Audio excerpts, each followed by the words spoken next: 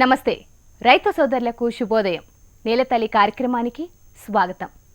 City వాసులు ఎప్పుడో పండుగలకు పబ్బాలకు మాత్రమే తమ సొంత గ్రామానికి వెళ్తారు. కానీ ఇప్పుడు అది కూడా తగ్గిపోయింది. దీంతో నేటి తరం పిల్లలకు మనం తినే ఆహారం ఎవరు పండిస్తారో, ఎలా పండుతాయో కూడా తెలియని పరిస్థితి.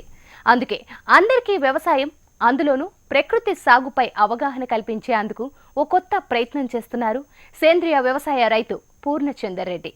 ఆ వివరాలు మీకోసం.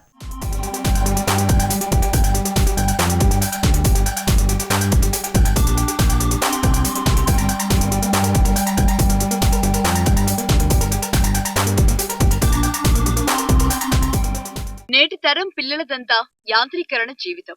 ఉదయం లేవడం, స్కూళ్లకు వెళ్లడం, తిరిగి సాయంకాలం ఇళ్లకు చేరడం, ఫోన్లకు టీవీలకు అతుకుపోవడం షరామామూలైపోయింది. 4 గోడల నుంచి బయటికి కాలు పెట్టే పరిస్థితే లేదు. పక్కింట్లో ఉన్న వారి వివరాలు పూర్తిగా తెలియని రోజులివి. తల్లిదండ్రులు పిల్లల కాలికి మట్టి అంటకుండా పెంచుతున్నారు. కానీ ఆ మట్టి విలువ రైతుకే తెలుస్తుంది. ఆ బంగారు నేలల నుంచి వచ్చే ఉత్పత్తులని నేటి తరం హాయిగా తింటూ బంగ్లాల్లో హాయిగా బ్రతుకుతున్నారు. మరి రైతు విలువ, మనం తింటున్న ఆహారం విలువ నేటి తరం వారికి తెలిపేందుకు సేంద్రియ వ్యవసాయ రైతు పూర్ణచందర్ రెడ్డి పూనుకున్నారు. తన వ్యవసాయ క్షేత్రంలో ఫామ్ బజార్ పేరిట ఓ కార్యక్రమాన్ని నిర్వహించారు.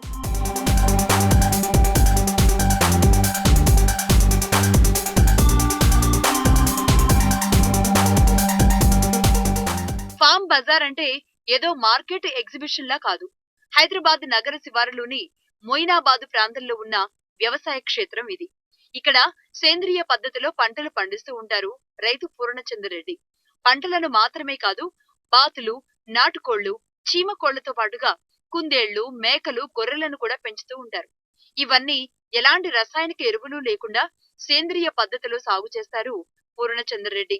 ఇక చుట్టూ మామిడి తోటలో ఎడ్ల బండ్లతో మంచి పల్లె వాతావరణం, ఆహ్లాదకరాన్ని కూడా పంచుతూ ఉంటాయి. వీటితో ఆర్గానిక్ కూరగాయలు, పళ్లతో సంతను ఏర్పాటు చేశారు. వీటన్నింటినీ ప్రత్యక్షంగా చూపించేందుకే ఈ కార్యక్రమాన్ని నిర్వహిస్తున్నారు పూర్ణ.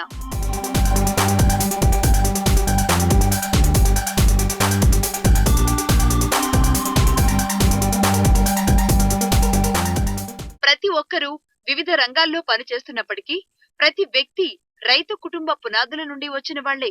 కానీ ఈ రోజు వ్యవసాయాన్ని అందరూ మర్చిపోతున్నారు. పండించిన వాళ్ళు కూడా ఎక్కువ దిగుబడి కోసం రసాయన ఎరువులతో సాగు చేస్తున్నారు.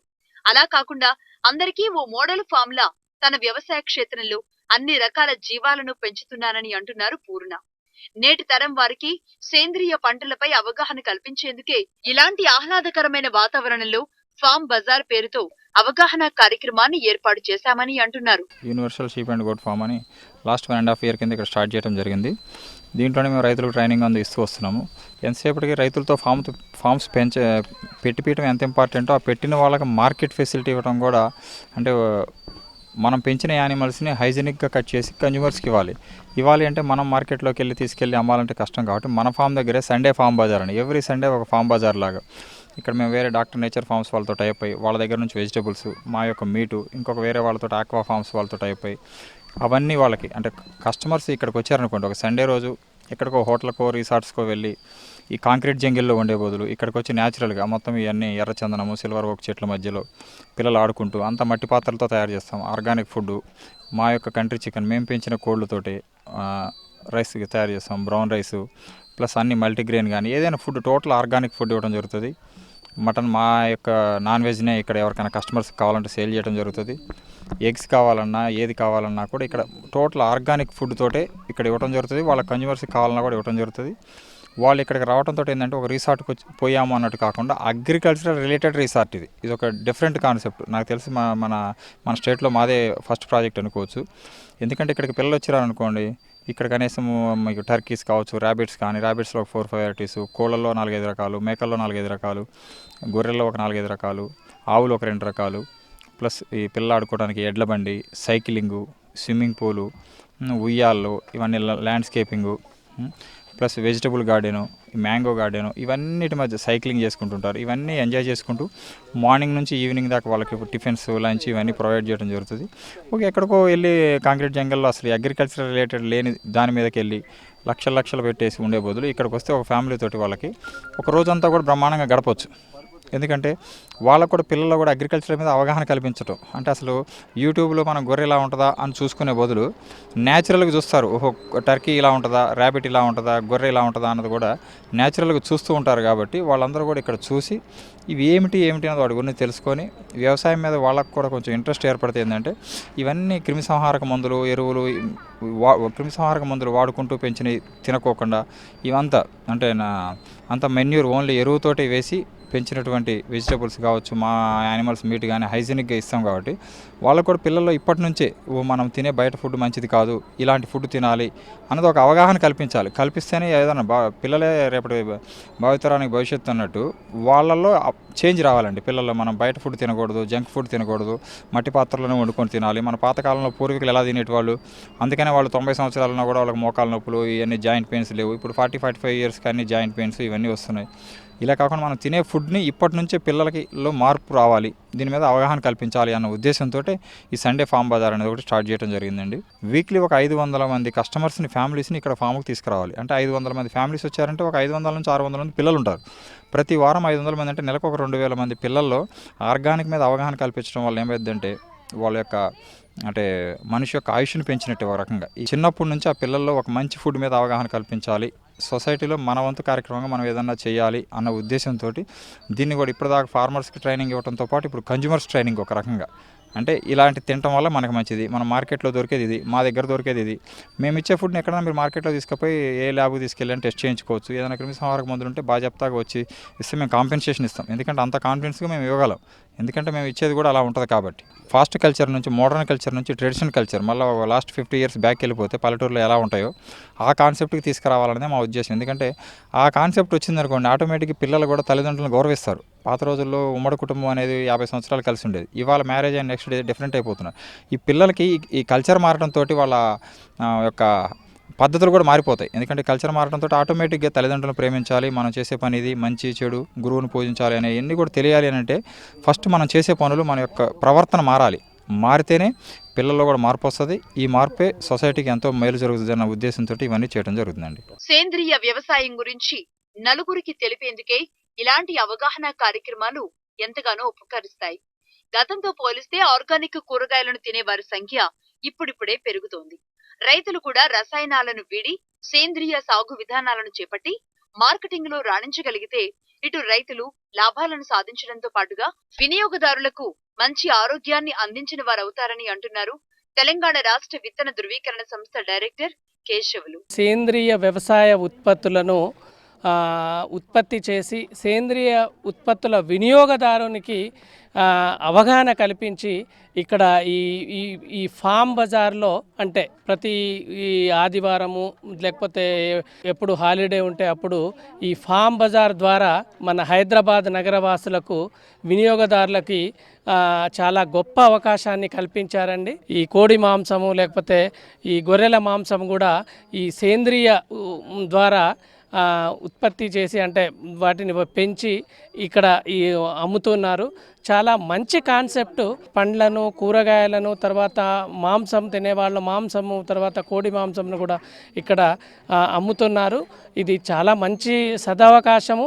ఈ మన హైదరాబాద్ నగరవాసులు ఈ వినియోగదారులు ఎవరైతే ఈ సేంద్రియం వైపు సేంద్రియ ఉత్పత్తులు అనే తినాలి అని చెప్పేసి అనుకునే వాళ్ళు చాలా ఇది చక్కని అవకాశం అండి. ఈ పురుగు మందులు ఈ ఉత్పత్తుల ద్వారా ఈ అవశేషాలు వచ్చి తర్వాత పాల ద్వారా కానీ కూరగాయల ద్వారా కానీ లేకపోతే ఎటువంటి మనం తినే పదార్థం ద్వారా మన శరీరంలో కూడా వచ్చి మనకు చాలా వ్యాధులు కూడా వస్తున్నాయి.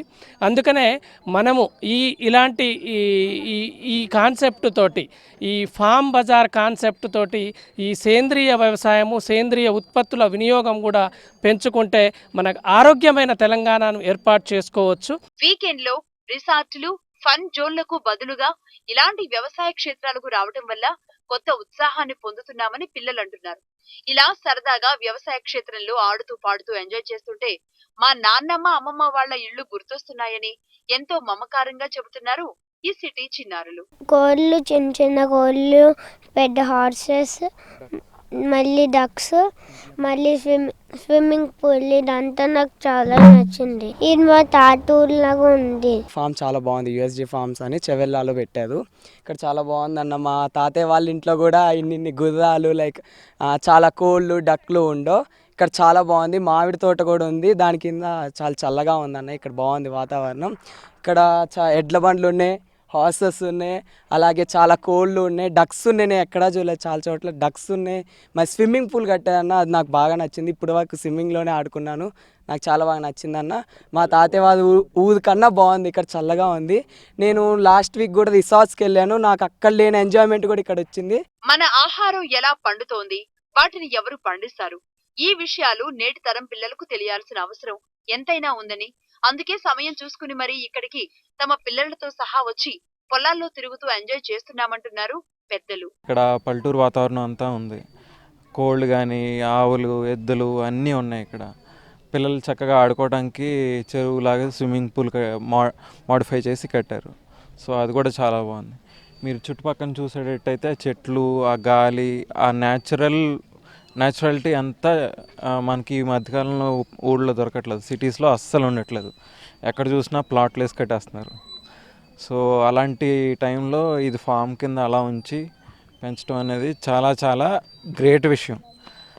అది మాటలో చెప్పేది కాదు, ఎక్స్పీరియన్స్ అవ్వాలంతే. పిల్లలకి ఏంటంటే డిఫరెంట్ ఇక్కడ గోట్స్, ఇక్కడ డిఫరెంట్ కోళ్ళు, ర్యాబిట్స్, అదేవిధంగా డిఫరెంట్గా ఇక్కడ మెయిన్ ఆర్గానిక్ ఫుడ్ ఏర్పాటు చేశారు. ఆర్గానిక్ ఫుడ్లో కూడా మొత్తం వెజిటబుల్స్ మెయిన్ ప్లాన్ చేశారు. ఆ వెజిటబుల్ సిస్టమ్ కూడా చాలా బాగుంది. మెయిన్ ఇంకోటి ఏంటంటే స్విమ్మింగ్ పూల్ కానీ, ఓపెన్ ఏరియా కానీ, మామూలుగా పిల్లలు ఆడుకోవడానికి బైసికల్స్, ఇట్లా చాలా బాగా అరేంజ్ చేశారు. ఈ ఫామ్ బజారులో భోంచేయడం కూడా తమకు కొత్త అనుభూతిని కలిగిస్తోందంటున్నారు నగరవాసులు. మట్టి పాత్రల్లో వండుకోవడం, అరటి ఆకుల్లో భోజనం చేయడంతో పాటుగా మట్టి పాత్రల్లోనే నీరు త్రాగడం చాలా ఆనందంగా ఉంటుందని మహిళలు అంటున్నారు. మా చిన్నప్పుడు నేనే పొలంకి వెళ్ళి ఎలా ఆడుకునేదాను, ఇప్పుడు మా పిల్లలు కూడా అలా ఆడుకుంటున్నారని నాకు చాలా హ్యాపీగా ఉంది. ఎందుకంటే కోళ్ళు ఇవన్నీ పిల్లలకి ఎవరికీ తెలియదు. ఈ రోజుల్లో చెట్ల కింద ఆడుకోవడం కూడా తెలియదు అసలు. తోటలో ఆడుకోవడం, ఇలాగ ఓపెన్గా ఆడుకోవడం, స్విమ్మింగ్ పూల్ కామన్, కానీ కోళ్ళు, ఎద్దులు, గుర్రాలు ఇలా ఓపెన్లో ఆడుకోవడం చాలా బాగుంది. ఏదో విలేజ్ అట్మాస్ఫియర్లో ఉండి చాలా హ్యాపీగా ఉంది. చిన్న పిల్లల్లో కూడా ఈ మధ్య కాలంలో ఆర్గానిక్ ఫుడ్ పై ఎంతో అవగాహన పెరుగుతోంది. మన పాత పంటల సాగు మళ్లీ రావాలని, అందరూ ఆరోగ్యకరమైన ఆర్గానిక్ ఫుడ్ నే తినాలని అంటున్నారు చిన్నారులు. ఏ యానిమల్స్ చూసామంటే హెన్, డాక్, కవ్వు, హార్స్, ఆక్స్. ఎట్లుంది మొత్తం? చాలా బాగుంది. ఇది మా తాతగారు వాళ్ళ ఫాము, అందుకే మనం ఎవ్రీ సండే వస్తాం. ఈ ఎక్స్పీరియన్స్ చాలా బాగుంది. మనం యానిమల్స్తో ఆడుకుంటాం, ఇంకా ప్లే ఏరియాలో ఆడుకుంటాం. స్విమ్మింగ్ పూల్ కూడా ఉంటుంది. నా ఫ్రెండ్స్ అందరూ బాగా వస్తారు ఇక్కడికి. నా బర్త్డే కూడా ఇక్కడే జరిగింది. ఓల్డెన్ డే స్టైల్లో ఉంటుంది. సిటీలో అంతా మోడర్న్గా చేసేసి పెస్టిసైడ్ చేసేస్తారు. మా తాత అంతా ఆర్గానిక్గా చేస్తాడు. ఆర్గానిక్ ఫుడ్లో ఇంపార్టెన్స్ ఏంటంటే మనం కెమికల్స్ వేయము, అండ్ ఆర్గానిక్ ఫుడ్ చాలా important. Also for our health chemicals అసలు బాగుండదు. సిటీలో ఇప్పుడున్న కల్చర్లో కనీసం స్వచ్ఛమైన గాలి పీల్చుకునే పరిస్థితి కూడా లేదు. అలాంటి తరుణంలో ఇట్లా అంటే స్వచ్ఛమైన పల్లెటూరులాగా ఉండే వాతావరణం కావచ్చు, లేక ఆర్గానిక్ పద్ధతిలో పండించిన కూరగాయలు కావచ్చు, ఇవన్నీ చూస్తే కనుక మంచి ఆహ్లాదకరంగా ఇస్తున్నాయి. కెమెరా పర్సన్ మహేష్తో శరత్, HMTV, హైదరాబాద్.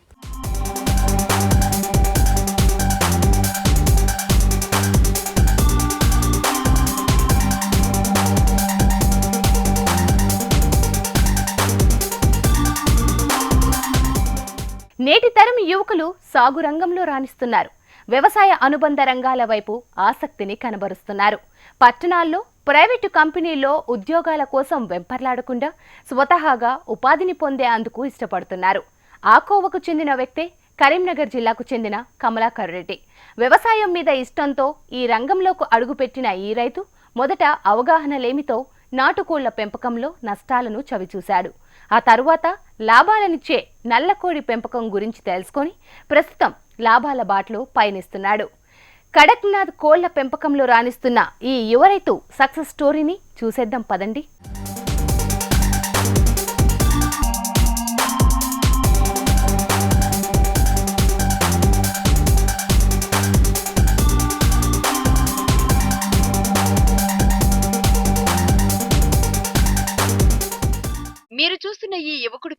కమలాకర్ రెడ్డి. కరీంనగర్ జిల్లా గంగాధర మండలం మంగపేట గ్రామం స్వగ్రామం. ఈ యువ రైతుది వ్యవసాయ కుటుంబం. ఇంటర్మీడియట్ పూర్తి చేసిన కమలాకర్ రెడ్డికి వ్యవసాయ అనుబంధ రంగాలపైన ఆసక్తి ఎక్కువ. అందుకే ఈ రంగంలో ఆర్థికాభివృద్ధి సాధించాలి అనే ఉద్దేశంతో మొదట ప్రత్యేకంగా ఓ షెడ్డును నిర్మించుకుని నాటుకోళ్ల పెంపకం చేపట్టాడు. అయితే ఈ నాటుకోళ్ల పెంపకంలో పెద్దగా అవగాహన లేకపోవడంతో నష్టాలను చవిచూశాడు.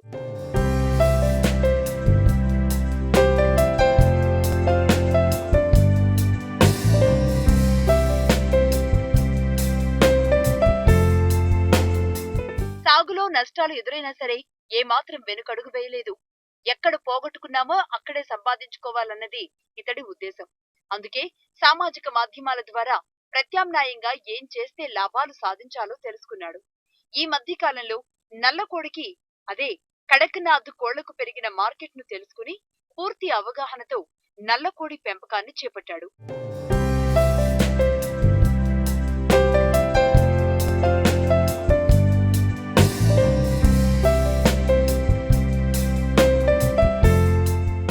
మహారాష్ట్ర నుంచి ₹1,00,000 వెచ్చించి 500 కడక్నాథ్ చిక్స్ ను తీసుకొచ్చాడు. పెంపకం మొదలుపెట్టాడు. ఇవి ఇప్పుడు పెద్దగా కావడంతో కిలో 600 నుంచి ₹700 వరకు అమ్ముడవుతున్నాయి. అంతేకాదు అధిక లాభాలు కూడా గడిస్తున్నాడు. నేను ఒక 1 year కింద నాటుకోళ్లు పెంచుదామని ఒక షెడ్ వేసుకున్నాను. చిన్నగా ఒక 15 లక్షలు పెట్టి ఎకరంలో షెడ్ వేసుకున్నాను. తర్వాత నాటుకోళ్లు పెంచితే అందులో కొంచెం తట్టుకోలేదు, రోగనిరోధక శక్తి తక్కువ ఉండి కోళ్లు చనిపోవడం జరిగింది. దీనికి ప్రత్యామ్నాయంగా మనం యూట్యూబ్లో కడక్నాథ్ చూసినాం, ఫ్రెండ్స్ ద్వారా తెలుసుకొని రేటు మంచిగా మార్కెట్ ఉంది అని చెప్పి కడక్నాథ్ ఒక పిల్లలు 500 మహారాష్ట్ర నుంచి తెప్పించుకున్నా.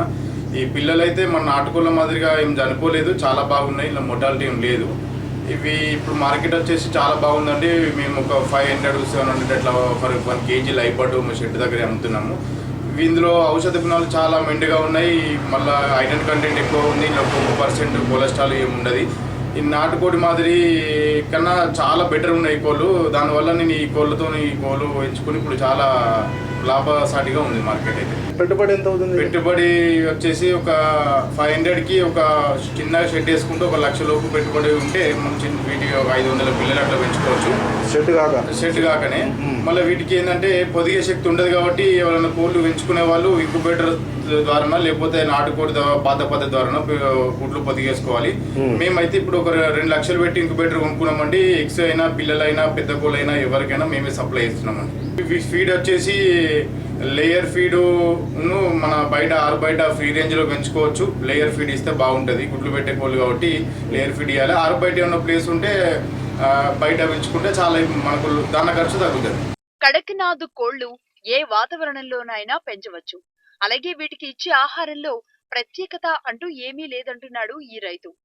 మామూలుగా ఆరుబయట దొరికే ఆహారం లేదా తౌడు, వడ్లు, నూకలు కూడా అందియవచ్చని వివరిస్తున్నాడు. ఈ కడక్నాథ్ కోళ్ళు పెంచే వాళ్ళు ఫీడ్ విషయంలో ఇబ్బంది పడాల్సిన అవసరం లేదు. వీటికి స్పెషల్గా ఫీడ్ అంటే ఏముండదండి. మన ఆరుబయట మనకు దొరికే ఇప్పుడు అవైలబుల్ ఉన్న ఫీడ్ ఏదైనా వేసుకోవచ్చు. నూకలు కానీ, వడ్డు కానీ, తౌడు కానీ, గంటలు కానీ లోకల్లో మనకు అవైలబుల్ చేసుకుంటే సరిపోతుంది. వీటికి ఫీడ్ బయట నుంచి కొనుక్కాల్సి ఖర్చు చేయాల్సిన అవసరం ఏముండదు. నాటుకోళ్ళ మాదిరిగానే పెరుగుతాయి. నాటుకోళ్ళ మాదిరిగానే ఫ్రీ రేంజ్లో పెంచుకోవచ్చు. వీటి కోళ్ళ ఫారంలో పెంచాలి, షెడ్డే ఉండాలని అవసరం ఏం లేదు. పెంచుకునే వాళ్ళు 200 300 కానీ ఇంటి దగ్గర చిన్న ప్లేస్ ఉన్నా కానీ 1 గుంట 2 గుంట ప్లేస్ ఉన్నా కానీ పెంచుకోవచ్చండి. పిల్లలు ఎవరికైనా మీ పిల్లలు మేమే సప్లై చేస్తున్నామండి. ఎగ్స్ కావాలైనా పిల్లలు కావాలైనా కానీ మేము ముందు ఆర్డర్ తీసుకొని పిల్లలు డెలివరీ చేస్తాం. కేజీ ఎట్లా పోతుంది? కేజీ అయితే ఇప్పుడు నేను 700-600 అట్లా అమ్ముతున్నా అండి. ఒక పిల్ల వచ్చేసి 80 రూపాయలు అమ్ముతున్నా. ఒక ఎగ్ 40 రూపాయలు పడుతుంది.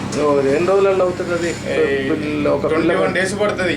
ఈ ఎగ్స్ సేమ్ ఇంక్యుబేటర్ ద్వారా అయినా కానీ నాటుకోడి పద్ధతి ద్వారా పొదిగేసినా కానీ 21 days పడుతుంది. మేము 1 day పిల్లలు అమ్ముతున్నాం. 1 day అంటే 5 months. ఎన్ని రోజులు పెంచాలి? అవి 4 monthsకి కేజీ బావు కేజీన్నర అయితే అండి. 5 monthsలో కటింగ్ వస్తాయి. ఓకే, అప్పటికి ఎంత అవుతుంది? ఒక్క కోడికి వచ్చేసి అంత ఖర్చు ఓవరాల్గా ఒక 250-230 అవుతుందండి. అంత ఒక 400-450 దాకా ఒక కోడి మీద లాభం ఉంటుంది. వీటికి ఏంటంటే కేజీ పైన వస్తుంది. కేజీ పైన పావు దగ్గర 2 kg దాకా అయితే అండి. వీటికి ఏంటంటే మార్కెట్ బాయిలర్ లాగా ఒకసారి పెరుగుడు ఒకసారి తగ్గుడు ఏముండదు. ఇది ఇప్పుడు ఏంది ఐరన్ కంటెంట్ ఎక్కువ ఉంది, పోషక విలువలు బాగున్నాయి కాబట్టి మళ్ళీ హార్ట్ పేషెంట్ కానీ, నరాల బలహీనత ఉన్న వాళ్ళు కానీ, చాలా షుగర్ ఉన్న వాళ్ళు, షుగర్ పేషెంట్లు దీన్ని మన డాక్టర్ సలహాలు భావిస్తుంది కాబట్టి ఈ మంచి మార్కెట్ ఉంటుందని నేను అనుకుంటున్నాను. ఎప్పటికి ఇలానే ఉంటుందని అనుకుంటున్నాను. నల్లకోడి గుడ్లను ఇంక్యుబేటర్ల ద్వారా పొదిగిస్తున్నాడు. ఇంక్యుబేటర్ కొనుగోలుకు 2 లక్షల రూపాయలు వెచ్చించాడు. కోడి గుడ్డును 40 రూపాయలకు, పిల్లను 80 రూపాయలకు తన ఫామ్ దగ్గరే విక్రయిస్తున్నాడు. ఒక్కో కోడికి గాను 250 రూపాయలు ఖర్చు పెడితే 5 నెలల్లో 700 రూపాయల వరకు వస్తున్నాయి అని రైతు వివరిస్తున్నాడు. మొత్తానికి నాటుకోళ్ల పెంపకం కన్నా నల్లకోడి పెంపకంలో అధిక లాభాలు పొందవచ్చు అని అంటున్నాడు రైతు కమలాకర్ రెడ్డి.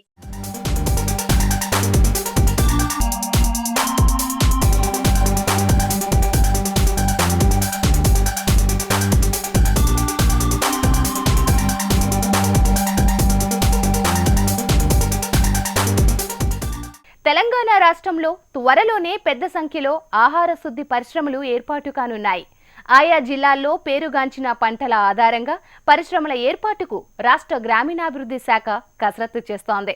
మొత్తం 54 అంశాలపై అధ్యయనం చేసి త్వరలోనే ప్రభుత్వానికి నివేదిక అందజేయనుంది. మరోవైపు ఇలాంటి ఒక్కో పరిశ్రమకు 5 కోట్ల రూపాయల వరకు రుణం ఇచ్చేందుకు శ్రీనిధి బ్యాంక్ సుముఖత వ్యక్తం చేస్తోంది.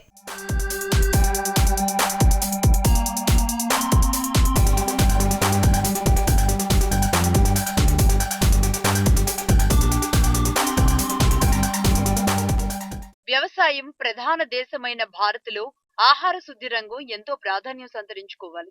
ఏళ్ల తరబడి ప్రభుత్వాల నిర్లక్ష్యం వల్ల అందుకు విరుద్ధమైన పరిస్థితులు నెలకొని ఉన్నాయి. ఆశించిన స్థాయిలో ఈ రంగం పురోగమించడం లేదు. ఒకే పంట నుంచి రకరకాల ఉత్పత్తులు సాధిస్తూ అనేక దేశాలు అద్భుతాలు సృష్టిస్తున్నా మన దేశంలో ఒక పంట ఒక ఉత్పత్తికే పరిమితం కావడం ఆహార శుద్ధి రంగం ఎదుగుదలకు ప్రతిబంధకంగా మారింది. ఒక పంట నుంచి అనేక ఇతర రకాలను తయారు చేయడమే ఆహార శుద్ధి రంగం ప్రత్యేకత. వీటిని ఇతర దేశాలకు ఎగుమతి చేసే స్థాయి మనకుంది.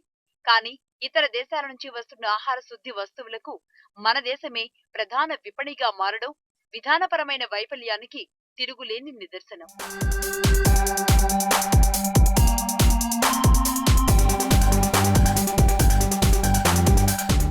దేశవ్యాప్తంగా ఉత్పత్తి అవుతున్న పండ్లు, కూరగాయల్లో 30 నుంచి 40% వరకు వృధా అవుతున్నాయి.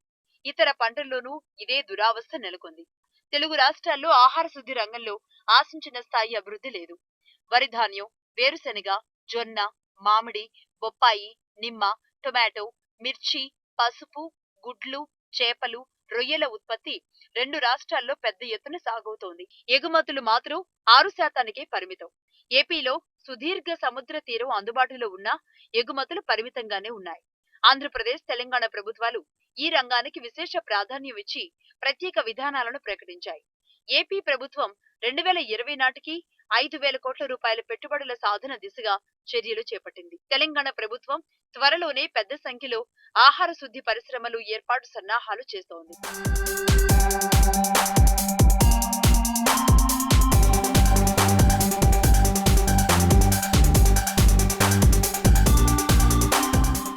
తెలంగాణలోని మహిళా స్వయం సహాయక సంఘాలు ఇప్పటికే రైతు సంఘాలను ఏర్పాటు చేసి ధాన్యం వంటి వ్యవసాయ దిగుబడుల కొనుగోళ్లను చేపడుతున్నాయి.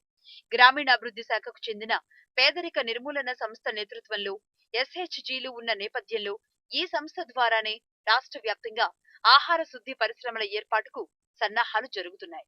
పరిశ్రమలకు వ్యవసాయ దిగుబడులను సరఫరా చేసేందుకు సెర్ఫ్ రైతులతో సంఘాలను ఏర్పాటు చేయిస్తుంది. వ్యక్తులు, SHGలు, ప్రైవేట్ కంపెనీలు ఇలాంటి పరిశ్రమలను ఏర్పాటు చేయొచ్చు.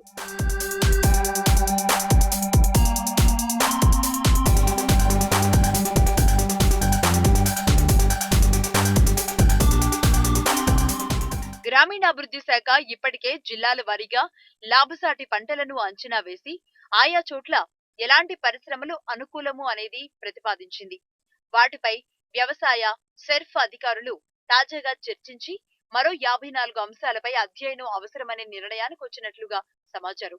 జిల్లా గ్రామీణాభివృద్ధి అధికారులు వీటిపై సర్వే నిర్వహించి త్వరలోనే ప్రభుత్వానికి నివేదిక అందజేస్తారు. పరిశ్రమను ఏర్పాటు చేయాలనుకుంటున్న ప్రాంతాల్లో కాంట్రాక్ట్ వ్యవసాయాన్ని ప్రోత్సహించి అక్కడి నుంచి ఉత్పత్తులను సేకరించగలిగితే ఫలితాలు ఎలా ఉంటాయనేది సర్వేలో తేలుస్తారు. SHG సభ్యులకు వ్యక్తిగత రుణాలను ఇస్తున్న శ్రీనిధి బ్యాంక్ ఇప్పుడు ఆహార శుద్ధి పరిశ్రమలకు గరిష్టంగా 5 కోట్ల రూపాయల వరకు రుణం ఇవ్వాలని భావిస్తున్నట్లుగా అధికార వర్గాలు వెల్లడించాయి.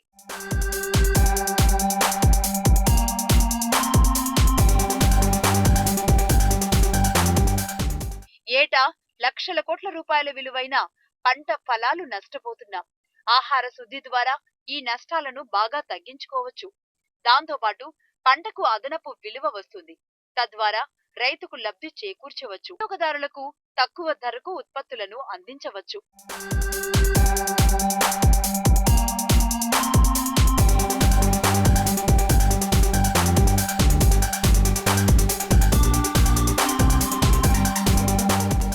ఇవే ఇవాల్టి నేలతల్లి కార్యక్రమం విశేషాలు. నమస్తే.